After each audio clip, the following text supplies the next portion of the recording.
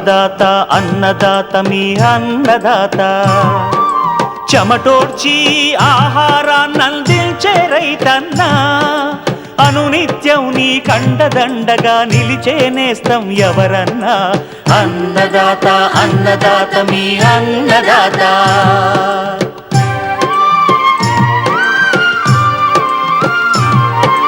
నూతన రీతుల సాగుబడికి నూరింతలు పెరిగే దిగుబడికి సూచనలిచ్చే సస్య రక్షణకు పశు పోషణకి శాస్త్ర విజ్ఞానం అందించి ముందుకు నడిపే తెలుగు రైతు భారతదేశానికి మకుటం అయ్యేలా తీర్చిదిద్దే ఆశయంతో మిమ్ము మేలు కొలిపేది అన్నదాత అన్నదాత అన్నదాత మీ అన్నదాత అన్నదాత అన్నదాత మీ అన్నదాత.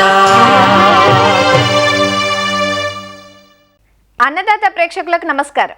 ఈనాటి ముఖ్యాంశాలు: ఉత్తర కోస్తా జిల్లాల్లో ఖరీఫ్ పంటల సాగు, ఎల్నినో ప్రభావం నేపథ్యంలో రైతులకు సూచనలు. తెలంగాణలో వానాకాలం సాగు కనువైన వరి రకాలు. పచ్చిరొట్టె పైర్ల సాగు ప్రయోజనాలు.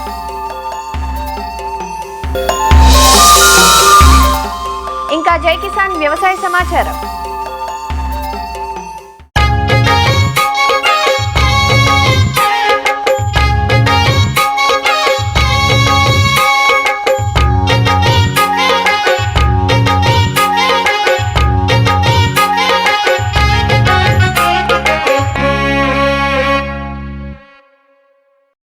వరిలో ఎప్పటికప్పుడు నూతన రకాలపై రైతులు దృష్టి పెడుతుంటారు.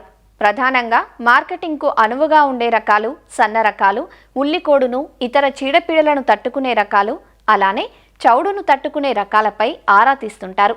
దీనికి సంబంధించి కొద్ది మోతాదులో విత్తనాన్ని రాష్ట్ర వ్యవసాయ విశ్వవిద్యాలయాలకు అనుబంధంగా ఉన్న పరిశోధనా స్థానాల నుంచి సేకరించుకుంటారు. ప్రస్తుతం వానాకాలం సాగు ఆరంభమవుతున్న నేపథ్యంలో వరిలో ఏ రకాలు తమకు అనువుగా ఉంటాయి, వాటి పంట కాలం, గింజ నాణ్యత, దిగుబడి సామర్థ్యం ఎలా ఉంటుందో తెలుసుకునేందుకు ఆసక్తి చూపుతారు. వరిలో ఖరీఫ్ సాగు కనువైన, మార్కెట్కు అనువుగా ఉండే మేలైన రకాలు, చౌడును తట్టుకునే రకాల గురించి ప్రొఫెసర్ జయశంకర్ తెలంగాణ వ్యవసాయ విశ్వవిద్యాలయం రాజేంద్రనగర్లోని వరి పరిశోధనా స్థానం సీనియర్ శాస్త్రవేత్త డాక్టర్ శ్రీధర్ సిద్ధి నుంచి తెలుసుకుందాం. తెలంగాణ రాష్ట్రంలో సాగే పంటలలో వరి అనేది ప్రధానమైనటువంటి ఆహార పంట. ముఖ్యంగా ఈ వానాకాలానికి మనం తీసుకున్నట్లయితే కనుక రైతాంగం ఎక్కువగా సన్నగింజ రకాలు, అతి సన్నగింజ రకాలు మరియు దొడ్డు గింజ రకాలని వేసుకోవడం జరుగుతుంది. మనము ఈ వరి రకాలను విభజించుకున్నట్లయితే కనుక ముఖ్యంగా ఈ దీర్ఘకాలిక రకాలు, మధ్యకాలిక రకాలు, అదేవిధంగా స్వల్పకాలిక రకాలుగా విభజించుకోవచ్చు. ముఖ్యంగా ఈ నేపథ్యంలో మనకు ఈ మార్కెట్ ప్రాముఖ్యత ఉన్నటువంటి రకాలను మాత్రమే సాగు చేసుకోవాలని వ్యవసాయ శాఖ అని, అదేవిధంగా ప్రొఫెసర్ జయశంకర్ యూనివర్సిటీ, తర్వాత సివిల్ సప్లైస్ వాళ్ళు కూడా మనకి రికమెండ్ చేయడం జరుగుతుంది. ముఖ్యంగా దీర్ఘకాలిక రకాలు చూసుకున్నట్లయితే కనుక మనకి అందరికీ సుపరిచయం ఉన్నటువంటి రకము బీపీటీ 5204. ఈ రకం యొక్క పంటకాలం చూసుకున్నప్పుడు మనకి 140 నుంచి 150 రోజుల పంటకాలం కలిగి ఉంటుంది. అదేవిధంగా దీనికి ఉన్నటువంటి పడిపోని గుణం వల్ల, అదేవిధంగా మంచి మిల్లింగ్ రికవరీ, తర్వాత మంచి అన్నం నాణ్యత వల్ల ఈ రకాన్ని రైతాంగం ఎక్కువగా సాగు చేయడం జరుగుతుంది. అయితే ఈ రకాన్ని ఈ మే చివరి వారం నుండి జూన్ 15 వరకు మాత్రమే నాళ్ళు పోసుకోవాలి. అయితే ఈ రకాన్ని సాగు చేసుకున్నప్పుడు మనకి ముఖ్యంగా ఈ రకంలో ఈ చీడపీడల ఉధృతి, అదేవిధంగా తెగుళ్ళ ఉధృతి అనేది ఎక్కువగా ఉంటుంది. సో అందువల్ల తప్పనిసరిగా ఈ రకాన్ని సాగు చేసుకున్నప్పుడు తగినటువంటి సస్యరక్షణ చర్యలు చేపట్టాల్సిన అవసరం ఉంటుంది. అదేవిధంగా మనకి బీపీటీ 5204కి ప్రత్యామ్నాయంగా ధీటుగా వరంగల్ ప్రాంతీయ వ్యవసాయ పరిశోధన స్థానం నుంచి అందుబాటులో ఉన్నటువంటి ముఖ్యమైన రకము సిద్ధి. దీన్ని WGL44 అనే పేరుతో పిలుస్తారు. అయితే ఈ రకం యొక్క పంటకాలం చూసుకున్నప్పుడు 140 రోజుల పంటకాలం కలిగి ఉంటుంది. ఇది కొంతవరకు ఉల్లికొడు మరియు అగ్గితేలను తట్టుకుంటుంది. తర్వాత బీపీటీతో పోల్చుకున్నప్పుడు దీని యొక్క గింజలు కొంచెం సన్నగా ఉండడం వల్ల మార్కెట్లో ఎటువంటి ఇబ్బంది ఉండదు. దీని యొక్క దిగుబడి సామర్థ్యం ఎకరానికి మనకు 20 నుంచి 30 క్వింటాల వరకు దిగుబడిని ఇస్తుంది. అదేవిధంగా స్వల్పకాలిక రకాల్లో సన్నగింజ రకాలు తీసుకున్నప్పుడు తెలంగాణ సోనా, దీన్నే RNR 15048 అనే పేరుతో పిలవడం జరుగుతుంది.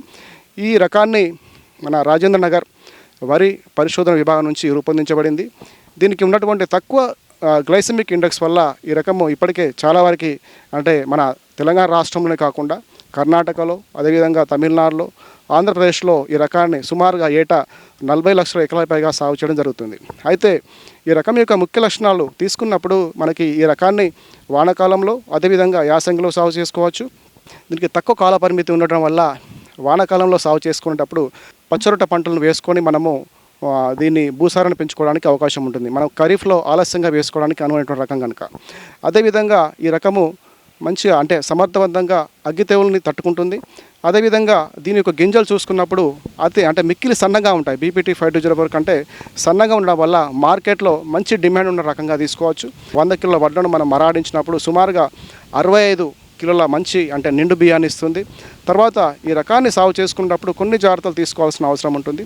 దీనికి ఉన్నటువంటి ఫోటో సెన్సిటివ్ వల్ల ఈ రకము మనము జూన్లో వేసుకున్నప్పుడు పంట కాల పరిమితి పెరుగుతుంది. అదేవిధంగా పంట ఎత్తు పెరిగి పడిపోయే అవకాశం ఉంటుంది. సో అందువల్ల ఈ రకాన్ని మనము జూన్లో కాకుండా జూలై మొదటి వారంలో నారు పోసుకుంటే మనకు పంట అనేది 120 రోజుల్లో చేతికి వస్తుంది. అదేవిధంగా కాలపరిమితి పెరగదు. అదేవిధంగా పంట ఎత్తు కూడా తగ్గిపోయి మనకి ఎకరానికి సుమారుగా 28 నుంచి 30 క్వింటాల వరకు దిగుబడినిచ్చే రకంగా దీన్ని తీసుకోవచ్చు. అదేవిధంగా మనకి కూనారం వ్యవసాయ పరిశోధన స్థానం నుంచి ఈ KNM 1638 అనే రకాన్ని కూనార వరి2 పేరుతో రూపొందించబడింది. ఈ రకం కూడా మనం వానాకాలంలో వేసుకోవడానికి అత్యంత అనుకూలంగా అయినటువంటి రకంగా తీసుకోవచ్చు. ఈ మధ్యకాలంలో ఈ రకం కూడా మన తెలంగాణ రాష్ట్రంలోనే కాకుండా తమిళనాడు, అదేవిధంగా ఆంధ్రప్రదేశ్, తర్వాత కర్ణాటక కూడా విరివిరిగా ఎక్కువ ఈ రకాన్ని ఎక్కువ విస్తీర్ణంలో సాగు చేయడం జరుగుతుంది. సో అయితే దీనిలో యొక్క లక్షణాలు తీసుకున్నప్పుడు మనకు దీని యొక్క గింజ అనేది మనకు మధ్యస్థ సన్న గింజ కలిగి ఉంటుంది. అంటే బీపీటీ 5204 కంటే కూడా కొంత సన్నంగా ఉండి పొడుగ్గా ఉంటుంది. అదేవిధంగా దీని యొక్క పంటకాలం చూసినప్పుడు 120 పంటకాలం కలిగి ఉంటుంది. అదేవిధంగా దీని యొక్క దిగుబడి సామర్థ్యం వచ్చేసి మనకు ఎకరానికి 20 నుంచి 30 క్వింటాల వరకు దిగుబడిని ఇస్తుంది. తర్వాత ఈ రకం వచ్చేసి మనకి సమర్థవంతంగా అగ్గి తెగులను, అదేవిధంగా ఉల్లికొను కూడా తట్టుకునే రకంగా దీన్ని తీసుకోవచ్చు. అదేవిధంగా మనకు వరంగల్ ప్రాంతీయ వ్యవసాయ పరిశోధన స్థానం నుంచి WGL 962 అనే రకం కూడా మనకి అందుబాటులో ఉంది. ఈ రకం కూడా 120 పంటకాలం కలిగి ఉంటుంది. తర్వాత దీని యొక్క పంట ఎత్తు అనేది తక్కువగా ఉంటుంది. సో అందువల్ల మనకి ఏంటంటే పిలకలు వేసే గుణం ఎక్కువగా ఉండడం వల్ల పంట చేను మీద పడిపోదు. అదేవిధంగా పిలకలు వేసే గుణం ఎక్కువ ఉండడం వల్ల దిగుబడి సామర్థ్యం కూడా బాగుంటుంది. ఎకరానికి సుమారుగా మన యొక్క దీని యొక్క దిగుబడి చూసుకున్నప్పుడు 26 నుంచి 30 క్వింటాల వరకు దిగుబడి ఇచ్చే రకంగా దీన్ని తీసుకోవచ్చు. అదేవిధంగా జగిత్యాల ప్రాంతీయ వ్యవసాయ పరిశ్రమ స్థానం నుంచి ఇంకొక వెరైటీ కూడా అందుబాటులో ఉంది. అది JGL 1798. ఈ రకము పంటకాలం వచ్చేసి మనకి 120 పంటకాలం కలిగి ఉంటుంది. అదేవిధంగా ఇది కొంతవరకు ఉల్లికోడును తట్టుకుంటుంది. అదేవిధంగా కొంతవరకు అగ్గితేలను తట్టుకునే రకంగా దీన్ని తీసుకోవచ్చు. అదేవిధంగా పంట యొక్క దిగుబడి సామర్థ్యం చూసినప్పుడు ఇది ముఖ్యంగా ఎకరానికి వచ్చేసి మనకి 26 నుంచి 28 క్వింటాల వరకు దిగుబడిని ఇస్తుంది. దీనితో పాటు పాత రకం ఒకటి కూడా అందుబాటులో ఉంది. ఇది MT 1010. MT 1010 రకం కూడా మనకి మార్కెట్లో మంచి ప్రాముఖ్యత ఉన్నటువంటి రకంగా తీసుకోవచ్చు. పంట అనేది 120 నుంచి 120 పంట అనేది చేతికి రావడం జరుగుతుంది. ఇది కూడా కొంతవరకు అగ్గితెలు తట్టుకుంటుంది. నేల యొక్క సారవంతతను బట్టి ఈ రకం కూడా మనకు 28 నుంచి 32 క్వింటాల వరకు దిగుబడినిచ్చే రకంగా తీసుకోవచ్చు. అయితే పంట కోత సమయంలో దీన్ని డిలే చేయొద్దు. ఎందుకంటే పంట కోత సమయంలో డిలే చేసినప్పుడు గింజలు రాలే గుణం ఎక్కువగా ఉంటుంది. సో అందువల్ల రైతులు గమనించి ఈ రకాన్ని వేసుకోవాల్సిన అవసరం ఉంటుంది. తర్వాత వచ్చేసి మనకు కొన్ని ప్రైవేట్ రకాలు కూడా అందుబాటులో ఉన్నాయి. ముఖ్యంగా ఈ మార్కెట్ ప్రాముఖ్యత దృష్ట్యా ఎక్కువగా ఈ మిర్యాలగూడ కానీ, సూర్యాపేట, తర్వాత నల్గొండ జిల్లాల్లో ఎక్కువగా మనకు ఈ జయశ్రీరామన్ మరియు అదేవిధంగా HMT సోనా వంటి మధ్యకాలిక అతి సన్న గింజ రకాలని ఎక్కువగా సాగు చేయడం జరుగుతుంది. సో వీటిని సాగు చేసినప్పుడు అంటే ఇవి ఎక్కువగా చీడపీడలు మరియు తెగులను తట్టుకునే శక్తి తక్కువ ఉంటుంది. సో అందువల్ల ఎప్పటికప్పుడు పంటను గమనించుకుంటూ తగినటువంటి సస్యరక్షణ చర్యలు చేపడితే కనుక మనకు ఎకరానికి ఒక 26 నుంచి 27 క్వింటాల వరకు దిగుబడినిచ్చే రకాలుగా వీటిని తీసుకోవచ్చు. వీటికి ప్రత్యామ్నాయంగా జగిత్యాల ప్రాంతీయ వ్యవసాయ పరిశోధన స్థానం నుంచి మనకి అందుబాటులో ఉన్న రకము JGL 27356. ఇది కూడా అతి సన్న గింజ రకము. దీని యొక్క పంటకాలం వచ్చేసి 130 నుంచి 130 పంటకాలం కలిగి ఉంటుంది. తర్వాత ఇది కొంతవరకు బ్యాక్టీరియా ఎండాకు తెగులు, అదేవిధంగా ఈ మెడవిరుపు తెగులు కూడా తట్టుకునేటటువంటి రకంగా దీన్ని తీసుకోవచ్చు. ఈ రకం యొక్క దిగుబడి సామర్థ్యం చూసినప్పుడు మనకి ఎకరానికి 26 నుంచి 30 క్వింటాల వరకు కూడా దిగుబడి ఇస్తుంది. కాకపోతే ఈ రకానికి వానాకాలంలో కొంచెం పంట ఎత్తు పెరిగే అవకాశం ఉన్నందున తప్పనిసరిగా ఈ రకాన్ని సాగు చేసుకున్నప్పుడు సిఫారసు మేరకే నత్రజని ఎరువులు వేసుకోవాలని చెప్పడం జరుగుతుంది. అదేవిధంగా మనకి ఈ దొడ్డుగింజ రకాల విషయానికి వచ్చినప్పుడు వానాకాలంలో అనుకూలమైనటువంటి దొడ్డుగింజ రకాలు తీసుకున్నప్పుడు మనకి ప్రొఫెసర్ జయశంకర్ యూనివర్సిటీ నుంచి డెవలప్ చేసినటువంటి రకాలు చూసుకున్నప్పుడు ఈ KNM 118 ఇది ఈ రకాన్ని వేసుకోవచ్చు. ఈ KNM 118 అనేది అటు వానాకాలానికి అదేవిధంగా ఇటు రబీ అంటే యాసంగి కూడా వేసుకోవడానికి అత్యంత అనుకూలమైన రకంగా తీసుకోవచ్చు. అయితే ఈ రకము కొంతవరకు అగ్గి తెగులు తట్టుకుంటుంది, అదేవిధంగా మెడవరపు తెరుగును కూడా తట్టుకునే రకంగా దీన్ని తీసుకోవచ్చు. అయితే ఈ రకాన్ని వేసుకునేటప్పుడు తప్పనిసరిగా మనకి స్వల్పకాలిక రకం కనుక ఒక్కొక్క కుదురుకి 3-4 మొక్కలు దగ్గర పెట్టుకుంటే కనుక మంచి దిగుబడి సాధించడానికి అవకాశం ఉంటుంది. దీని యొక్క దిగుబడి సామర్థ్యం చూసినప్పుడు ఎకరానికి మనకు 28 నుంచి 35 క్వింటాల వరకు దిగుబడి వస్తుంది మనకు. సో అదేవిధంగా మనకు ఇంకొక రకం వచ్చేసి ఈ KPS 2874 అనేది సన్నగింజ రకం కూడా అందుబాటులో ఉంది. ఇది ముఖ్యంగా ఈ మధ్య కాలంలో తెలంగాణ రాష్ట్రంలో ఎక్కువగా ఈ చౌడు అనేది ఎక్కువ కనిపిస్తుంది. ఈ KPS 2874 అనే ప్రత్యేకమైన రకము చౌడు నేలలో సైతము మంచి దిగుబడులు సాధించడానికి అవకాశం ఉంటుంది. అదేవిధంగా కొంతవరకు దోమను కూడా తట్టుకొని సుమారు ఎకరానికి మనకు 26 నుంచి 30 క్వింటాల వరకు దిగుబడిని ఇచ్చే రకంగా దీన్ని తీసుకోవడం జరుగుతుంది. అదేవిధంగా చౌడును తట్టుకునే ఇంకొక రకం వచ్చేసి మనకు రాజేంద్ర నగర్ వరి పరిశోధన విభాగం నుంచి RNR 11718 అనే రకాన్ని కూడా సాగు చేసుకోవచ్చు. కాకపోతే దీని యొక్క గింజలు అనేది కొంచెం BPT 5204 కంటే కొంచెం లావుగా ఉంటాయి. దీని యొక్క దిగుబడి సామర్థ్యం చూసినప్పుడు ఎకరానికి మనకు 20 నుంచి 32 క్వింటాల వరకు దిగుబడిని ఇస్తుంది. అయితే దీని యొక్క ప్రత్యేక లక్షణాలు చూసినప్పుడు మనకు ముఖ్యంగా ఈ రకం వచ్చేసి అటు చౌడును తట్టుకుంటుంది, అదేవిధంగా కొంతవరకు బ్యాక్టీరియా ఎండాకు తెగులు, తర్వాత అగ్గి తెగులు, తర్వాత కొంతవరకు సుడిదోమను కూడా తట్టుకునే రకంగా దీన్ని వేసుకోవడానికి అనుకూలంగా ఉంటుంది. కావున రైతులందరూ కూడా ఈ మార్కెట్ ప్రాముఖ్యత ఉన్నటువంటి రకాలను వేసుకొని ఆ తక్కువ పెట్టుబడి ఖర్చులతో మంచి దిగుబడి సాధించాలని కోరుకుంటూ ముగిస్తున్నాం.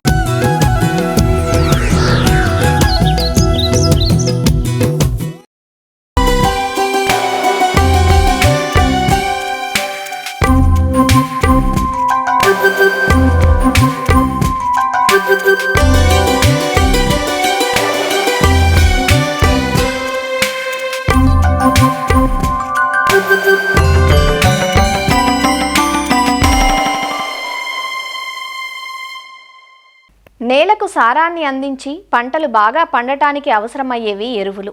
దిగుబడి వస్తుంది కదా అని అధిక మోతాదులో రసాయన ఎరువులను వేస్తే భూమి ఫలదతను కోల్పోతుంది. అందుకు భిన్నంగా నేల ఆరోగ్యాన్ని కాపాడి దిగుబడులను పెంపొందించేవి సేంద్రియ ఎరువులు.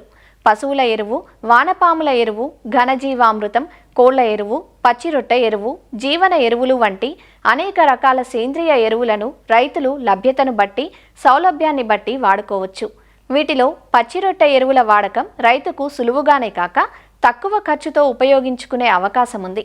మరి ఎలాంటి పైర్లను పచ్చిరొట్టగా పెంచవచ్చు, పచ్చిరొట్ట పైర్ల వాడకం వల్ల కలిగే ప్రయోజనాలేంటి అనే వివరాలను మనకందిస్తున్నారు జగిత్యాల ప్రాంతీయ వ్యవసాయ పరిశోధనా స్థానం మృత్తికా విభాగం శాస్త్రవేత్త డాక్టర్ ఎన్ సాయినాథ్. ఈ యొక్క పచ్చిరొట్ట ఎరువులు అనగానే మనకు జనుము, జీలుగా, పెసర, పిల్లి పెసర కాకుండా ఈ యొక్క రోడ్లకు ఇరువైపులా ఉండే వేప, కానుగ, తంగెడు, నేల తంగెడు లాంటి లేత ఆకులను, లేత కొమ్మలను తీసుకొచ్చి కూడా నీళ్ళలో కలిదున్నట్లయితే కూడా భూసారం పెరుగుతుంది, మరి సేంద్రీయ కర్బనం కూడా పెంపొందించవచ్చు. మొదటగా మనం జనుము 12 కిలోలు ఎకరానికి అవసరం ఉంటుంది. ఇది నేలకు పచ్చిరొట్ట ఎరువులు మనకు 6 టన్నుల వరకు ఇవ్వగలుగుతుంది. ఇది ఏ నెలలోని కూడా వేసుకోవచ్చు జనుము. కానీ జనుము కొద్దిగా ముదిరినట్లయితే మనకు ఆ నీళ్ళు కలిదునడం కొద్దిగా కష్టమవుతుంది. కాబట్టి లేతగా ఉన్నప్పుడు అంటే ఈ 40 నుంచి 45 రోజులు లేదంటే 50 రోజుల మధ్యలో మనం నీళ్ళు కలిదున్నాలి.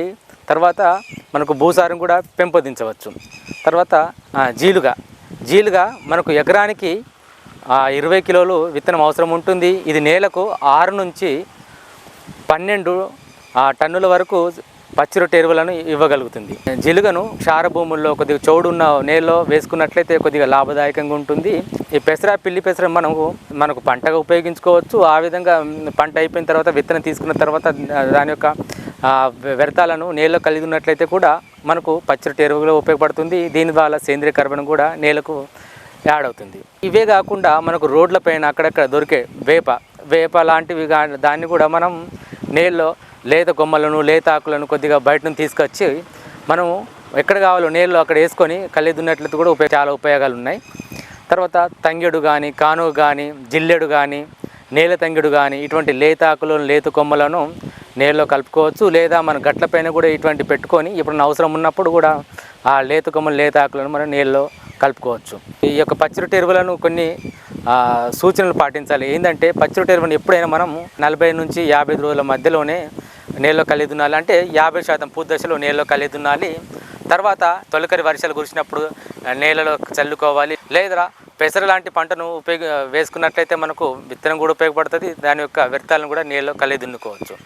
దీని యొక్క ప్రయోజనాలను చూసుకున్నట్లయితే నేలలో సేంద్రియ కర్బనం పెరుగుతుంది. దాంతోపాటు స్థూల పోషకాలు, సూక్ష్మ పోషకాలు కూడా నేలలో పెరిగిపోతాయి.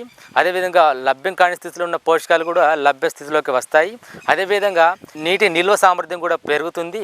అదేవిధంగా ఈ యొక్క సూక్ష్మ పోషకాలు కూడా ఏమైనా ప్రాబ్లం ఉన్నట్లయితే కూడా వీటిని మనం నేలలో కలిగి ఉన్నప్పుడు సూక్ష్మ పోషకాలు కూడా మనకు నేలకు అందజేయబడతాయి. ఈ యొక్క పచ్చిరొట్ట ఎరువులు నేలకు 25 నుంచి 50 కిలోలకు నత్రజని అందిస్తాయి. ఎందుకంటే ఈ యొక్క కొన్ని జనుము కానీ జీలుము కానీ గాలిలో ఉన్నంతరం సేకరించి బుడిపిలలో రూపంలో నేలకు అందిస్తాయి. కాబట్టి మనం యొక్క నత్రజని కూడా పెంచుకోవచ్చు. ఈ విధంగా 20 నుంచి 50 కిలోల వరకు నత్రజని నేలకు అందుతుంటే ఎంతో కొంత మనకు వేసుకునే బస్తాలు 3 బస్తాలు అనుకున్నప్పుడు ఒక బస్తాను తగ్గించుకొని మిగతా పంటలు వేసుకునే అవకాశం ఉంటుంది. కాబట్టి దీనివల్ల కొద్దిగా రసాయన ఎరువుల వాడకం కూడా తగ్గుతుంది. ఈ విధంగా రైతు సోదరులు పచ్చిరొట్ట ఎరువులను వేసుకున్నట్లయితే కొద్దిగా లాభాలతో పాటుగా నేల సారం కూడా పెరుగుతుంది.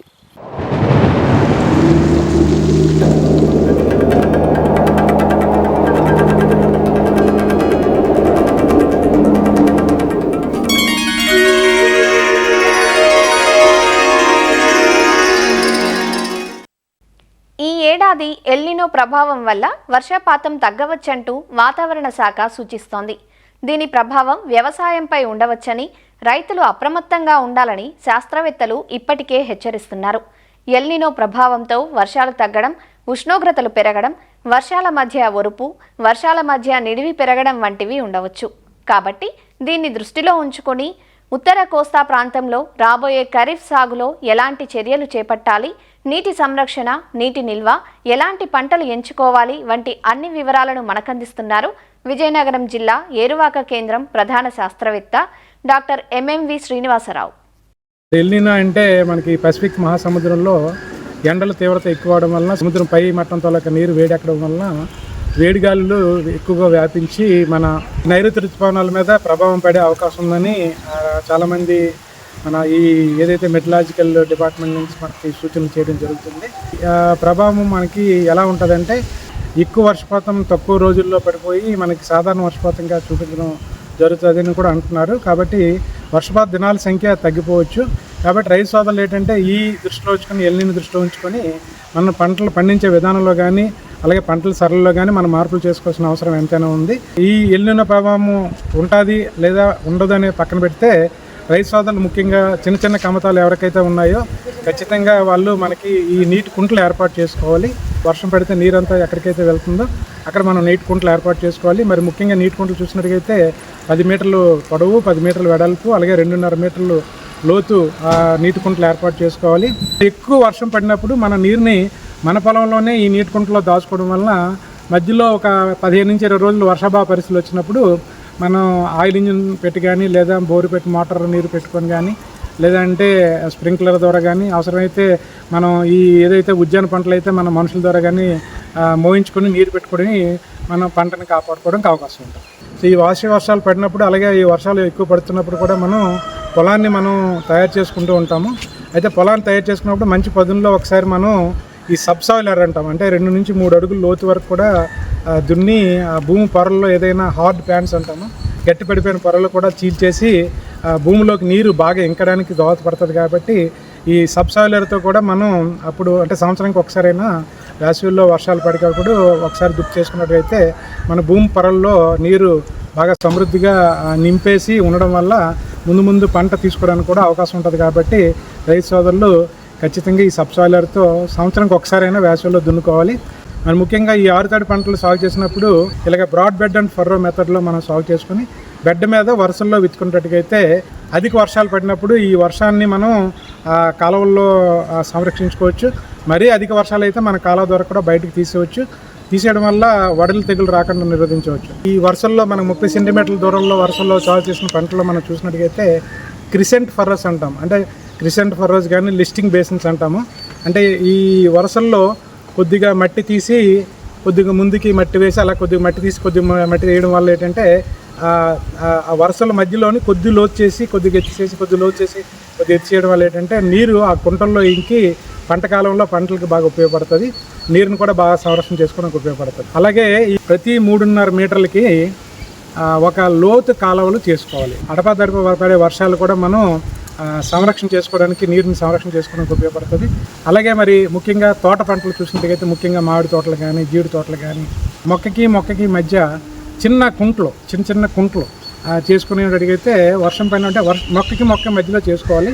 మొక్కలు అంటే వరుసకి మధ్యలో ఉన్నప్పుడు ఖాళీ ఉంచుకొని మొత్తం మనం ఖాళీల్లో పచ్చిరొట్ట పంటలు గట్రా పెంచుకోవచ్చు. అయితే ఈ మొక్కకి మధ్యలో చిన్న నీటి కుంటలు చేసుకోవడం వల్ల ఏంటంటే నీరు బాగా దాంట్లో చేరి నీరు భూమి పొరల్లో దాగి ఉంటుంది. భూమి అంతా లోనంతా పట్టి ఉంచడం వల్ల ముందు ఈ మొక్కలకి వర్షాభావ పరిస్థితులు వచ్చినప్పుడు కూడా ఆ నీరుని పీల్చుకొని బతకడానికి అవకాశం ఉంటుంది. ఏ పంటనైనా మనకి వరుసల్లో రిడ్జ్ అండ్ ఫరోల్లో కానీ బ్రాడ్ బెడ్ అండ్ ఫరోల్లో కానీ లేదా సమతల పొలంలో మనం సాగు చేసినప్పుడు మొక్కల మధ్యలో ఖాళీ ప్రదేశంలో మనం మనకి ఏ చెత్త దొరికితే ఆ చెత్త, వరి చెత్త కానీ వరి గడ్డిదాల చెత్త కానీ పశువుల మేయగా ఉండిపోయిన చెత్త కానీ అలాగే మనకి ఇటీవల కాలంలో మొక్కజొన్న చెత్త కానీ అలాగే వరి ఊక కానీ రంప పొట్టు కానీ ఏదైనా కానీ మధ్యలో మనం మల్చింగ్ అంటాం ఆచ్ఛాదనలాగా వేసుకున్నట్టుగైతే భూమి నుంచి ఏదైతే నీరు ఆవిరవుతుందో ఆ ఆవిరవకుండా మనం అరికట్టడం వల్ల భూమిలో నీరుని మనం సంరక్షించడానికి ఉపయోగపడుతుంది. ఎల్నినో ఈ దృష్టిలో ఉంచుకొని మనం పంటల ఎంపికలో కూడా చాలా జాగ్రత్తలు తీసుకోవాలి. మరి ముఖ్యంగా ఏదైతే పంటలు ఉంటాయో అవి వర్షాభావ పరిస్థితులు తట్టుకునే పంటలు మనం ఎంచుకోవాలి. ఒకవేళ వర్షాభావ పరిస్థితులు ఎక్కువ ఉన్నప్పుడు పంటల మార్పిడి కూడా మనం చేసుకోవాలి. అలాగే వర్షాభావ పరిస్థితులు తట్టుకునే పంటలు కూడా ఎంచుకోవాలి. ముఖ్యంగా మన వర్షాభావ పరిస్థితులు తట్టుకునే పంటలు చూసినట్టుగైతే గంటి బాగా తట్టుకుంటుంది, అలాగే చోడు కూడా తట్టుకుంటుంది, అలాగే మనకి అపరాలు కూడా కొంతవరకు తట్టుకుంటుంది, అలాగే వేరుశెనగ కూడా కొంతవరకు తట్టుకుంటుంది. సో కాబట్టి ఇలాగ మనం మిల్లెట్స్ పంటలను మనం ఎంచుకొని మెట్టు ఆధారంగా ఎక్కడైతే సాగు చేస్తున్నామో మెట్లలో మనకి వర్షాధారం సాగు చేసే పంటల్లో మిల్లెట్స్ని మనం ప్రోత్సహించుకొని మిల్లెట్స్ని సాగు చేసుకోవాలి. కాబట్టి రైతు సోదరులు ఈ ఎల్నినో దృష్టిలో ఉంచుకొని మనం ఏదైతే మనం తెలియజేస్తున్నామో ఈ పద్ధతులన్నీ పాటించి మరి జాగ్రత్తలు తీసుకొని నీరుని సంరక్షణగా చేసుకొని మంచి దిగుబడి సాధిస్తారని కోరుకుంటున్నాం.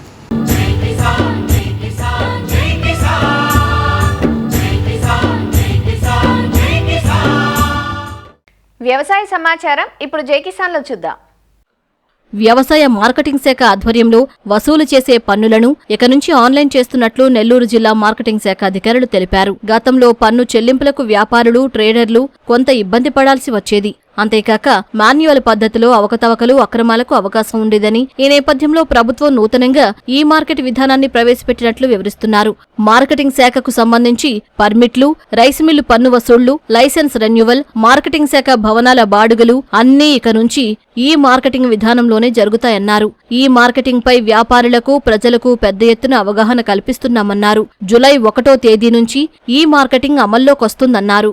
మార్కెటింగ్ డిపార్ట్మెంట్ యొక్క విధుల్లో ముఖ్యమైన డ్యూటీ మార్కెట్ ఫీ కలెక్షన్స్. ఈ మార్కెట్ ఫీ కలెక్షన్స్ ఇప్పటి వరకు చెక్ పోస్ట్లో రిసిట్ బుక్స్ ద్వారా ఆ చెక్ పోస్ట్లో పనిచేసే స్టాఫ్ ద్వారా కలెక్షన్ చేయటం జరుగుతూ ఉంది. ఈ విధానంలో అనేక ఇబ్బందులు ఎదురవుతూ ఉన్నాయి. ఇవన్నిటినీ ఓవర్కమ్ చేస్తూ డిజిటలైజేషన్ చేయాలనే ముఖ్య ఉద్దేశంతో మార్కెటింగ్ డిపార్ట్మెంట్ యొక్క డైరెక్టర్ గారు ఈ ట్రాన్స్పోర్ట్ పర్మిట్ విధానాన్ని ఇంట్రడ్యూస్ చేయటం జరిగింది.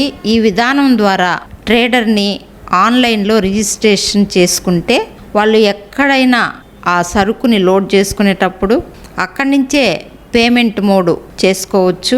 ఒకే టైంలో అటు రైతుకి ఇటు మార్కెట్ కమిటీకి కూడా వాళ్ళు అమౌంట్ పే చేయటం జరుగుతుంది. ఈ సిస్టమ్ చాలా పారదర్శకంగా ఉంటుంది, చాలా సులభతరంగా ఉంటుంది. మా జిల్లాలో 8 కమిటీలకు గాను 301 లైసెన్స్ ట్రేడర్స్ని మేము ఐడెంటిఫై చేసి వాళ్ళందరినీ ఈ ట్రాన్స్పోర్ట్ పర్మిట్ విధానంలో వారిని రిజిస్టర్ చేశాము. జూలై 1 నుంచి ఈ ట్రాన్స్పోర్ట్ పర్మిట్ ఆన్లైన్ విధానాన్ని ఇంప్లిమెంట్ చేయడానికి మేము సిద్ధంగా ఉన్నాము. ఈ విధానం వల్ల ప్రతి సందర్భంలో అంటే అటు రైస్ మిల్లర్స్ కానీ ఇటు ప్రాసెసింగ్ యూనిట్స్ కానీ అసెస్మెంట్ల ద్వారా వచ్చే డబ్బులు కానీ మార్కెట్ యార్డ్లో పేమెంట్స్ కానీ ప్రతి ఒక్కటి ఈ ఆన్లైన్ సిస్టంలో మాత్రమే పే చేయాలి. క్యాష్లెస్ ట్రాన్సాక్షన్స్కే ఈ విధానంలో ఎక్కువ ఇంపార్టెన్స్ ఉంది కాబట్టి ఈ విధానాన్ని అందరూ సద్వినియోగం చేసుకొని డిపార్ట్మెంట్కి కూడా సహకరిస్తారని కోరుకుంటున్నాను. మరిన్ని విభిన్న అంశాలతో రేపటి అన్నదాతలో మళ్ళీ కలుసుకుందాం. నమస్కారం. అన్నదాతలు తమ సందేహాలు సమస్యలను 1800 425 టోల్ ఫ్రీ నెంబర్లో ఉదయం 10 గంటల నుంచి 11 గంటల మధ్య పని దినాలలో సంప్రదించగలరు. ఈ కార్యక్రమాన్ని యూట్యూబ్లో www.youtube.com/annadaata ETV లింక్ ద్వారా వీక్షించవచ్చు.